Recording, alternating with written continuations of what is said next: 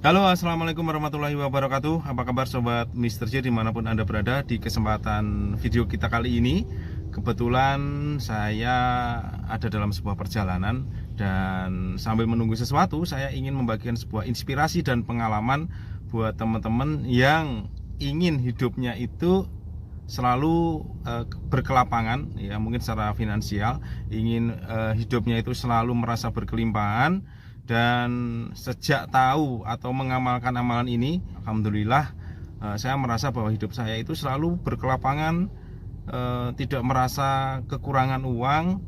Dan semoga gitu loh ya, semoga ini menjadi inspirasi buat teman-teman juga, walaupun tidak harus kaya, walaupun tidak harus melimpah ruah, tetapi ketika kita hidup penuh dengan kecukupan, lapang, selalu ada ya, ketika butuh sesuatu alhamdulillah selalu ada yang bisa kita gunakan, itu rasanya sudah syukur banget, sudah alhamdulillah banget gitu ya.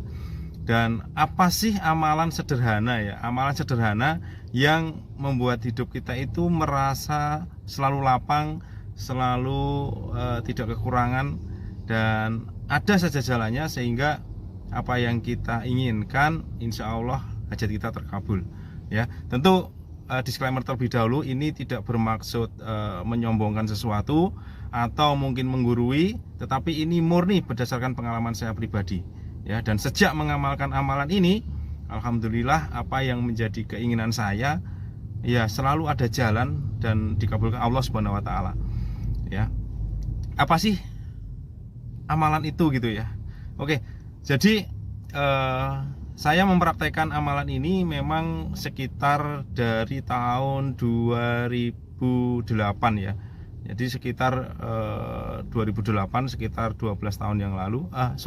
Mungkin dari tahun 2006 ya, bukan 2008. Ya, saya mempraktekkan amalan sederhana ini. Ya, kenapa amalan ini yang saya pilih? Karena ringan bagi saya. Gampang dikerjakan dan tidak ada alasan untuk tidak bisa mengerjakan gitu loh. Karena gini, ada beberapa amalan itu yang kadang terasa berat gitu loh. Contohnya apa? Misalkan gini, puasa gitu ya. Tidak semua orang itu kadang-kadang gampang untuk menahan diri untuk berpuasa gitu ya. Atau mungkin sholat malam gitu ya, bagi yang muslim ya tentunya. Sholat malam itu kadang-kadang itu berat sekali bagi sebagian orang gitu loh. Nah, yang saya kerjakan adalah simple ya, simple, amalan simple, dan ini kuncinya adalah istiqomah, konsisten.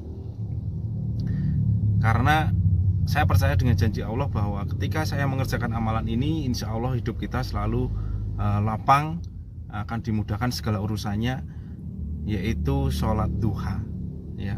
Sholat duha ya, sholat duha minimal, kalau saya itu minimal 4 rakaat lah ya. Kalau buru-buru banget ya 2 rakaat gitu. Syukur bisa 6 rakaat, itu luar biasa. Dan alhamdulillah mungkin sejak tahu amalan ini ya, saya selalu berusaha merutinkan untuk sholat duha ya. Kenapa? Karena gini, apa sih amalan yang paling ringan gitu loh, yang mampu kita kerjakan ya mungkin ya, yang pertama tentunya sholat wajib harus gitu ya, harus. Tapi amalan sunnah itu adalah sholat duha. Bagi saya itu saya yakini itu akan membuat hidup saya selalu berkelapangan ya.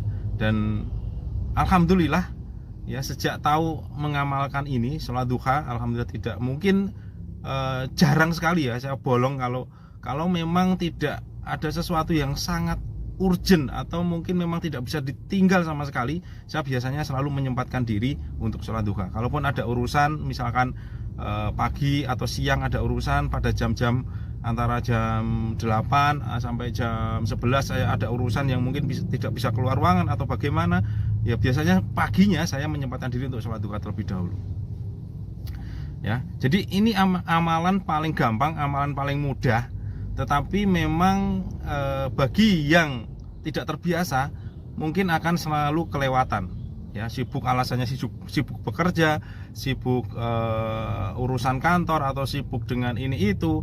Padahal ketika kita sudah mengerjakan ini, amalan ini, sholat duha, ini ya, beban-beban kita, pekerjaan-pekerjaan kita itu terasa mudah banget gitu loh.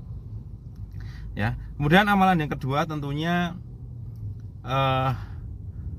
sedekah ya, sedekah. Jadi sedekah ini soal kelihatannya sepele gitu ya, tapi ini soal keyakinan gitu loh. Soal keyakinan bahwa dengan sedekah itu segala kesulitan kita itu akan dimudahkan, insya Allah ya. Dan keyakinan itu loh yang dibentuk gitu loh. Kadang-kadang apa sih niat kita gitu loh ya? Sedekah niatnya agar mendapat balasan yang berkali-kali lipat, atau mungkin sedekah niatnya ingin dapat jodoh, sedekah ingin hartanya berlimpah dan sebagainya. Bagi saya apapun alasannya, tetapi ada alasan di balik itu yang lebih besar ya, yaitu alasan untuk sebagai rasa syukur kita ya. Jadi kuncinya adalah sebagai rasa syukur kita. Jadi sedekah itu syukur dulu baru bersedekah gitu loh. Itu menurut saya gitu loh. Misalkan oh ini pagi hari ini kita bangun dalam keadaan sehat, ya alhamdulillah kita bersyukur pada Allah ya. Lalu kita sedekah ya. Masalah balasan yang lain-lain itu boleh kita berdoa ya, boleh kita berdoa menurut saya. Dan wajib, doa itu hukumnya wajib menurut saya, karena kekuatan doa itu sebagai lambang atau sebagai simbol sebuah keyakinan kita kepada Allah Subhanahu wa taala ya. Jadi bukan doa meminta dunia, doa meminta kaya, doa meminta beli mobil, doa minta ingin dapat jodoh gitu. Apakah salah gitu loh sedekah agar ini gitu loh? Ya menurut saya tidak ada yang salah.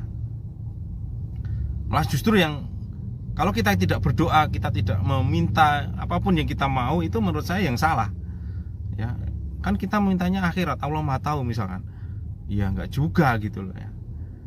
Karena Allah itu menurut saya memang benar Maha tahu, tetapi Allah melihat apa yang kita kerjakan sebagai bentuk penghambaan kita, sebagai bentuk ketaatan kita sebagai hamba kepada Allah Subhanahu wa taala. Itu yang menurut saya poin yang harus kita kerjakan gitu ya. Kemudian saya juga akan sharing sebuah amalan lagi ya. Yang pertama tadi apa? Duha. Yang kedua sedekah ya. Sedekah kalau bisa itu sedekah yang terbaik gitu. Tidak harus brutal, tetapi sedekah yang terbaik menurut kemampuan kita ya. Tetapi istiqomah itu menurut saya yang lebih baik daripada besar sekali tetapi rutin, misalkan sedekah Jumat atau sedekah setiap hari, atau memang setiap bulan sekali ketika kita mungkin dapat gaji kita rutin bersedekah, atau kita jangan sampai lupa sedekahnya itu ya. Itu menurut saya. Yang ketiga tentu simple ya, sholawat ya, sholawat ya. Kenapa? Karena dalam sholat pun kita kan sudah bersolawat ya. Dan dalam aspek apapun itu kita ya, sholawat itu gini loh ya.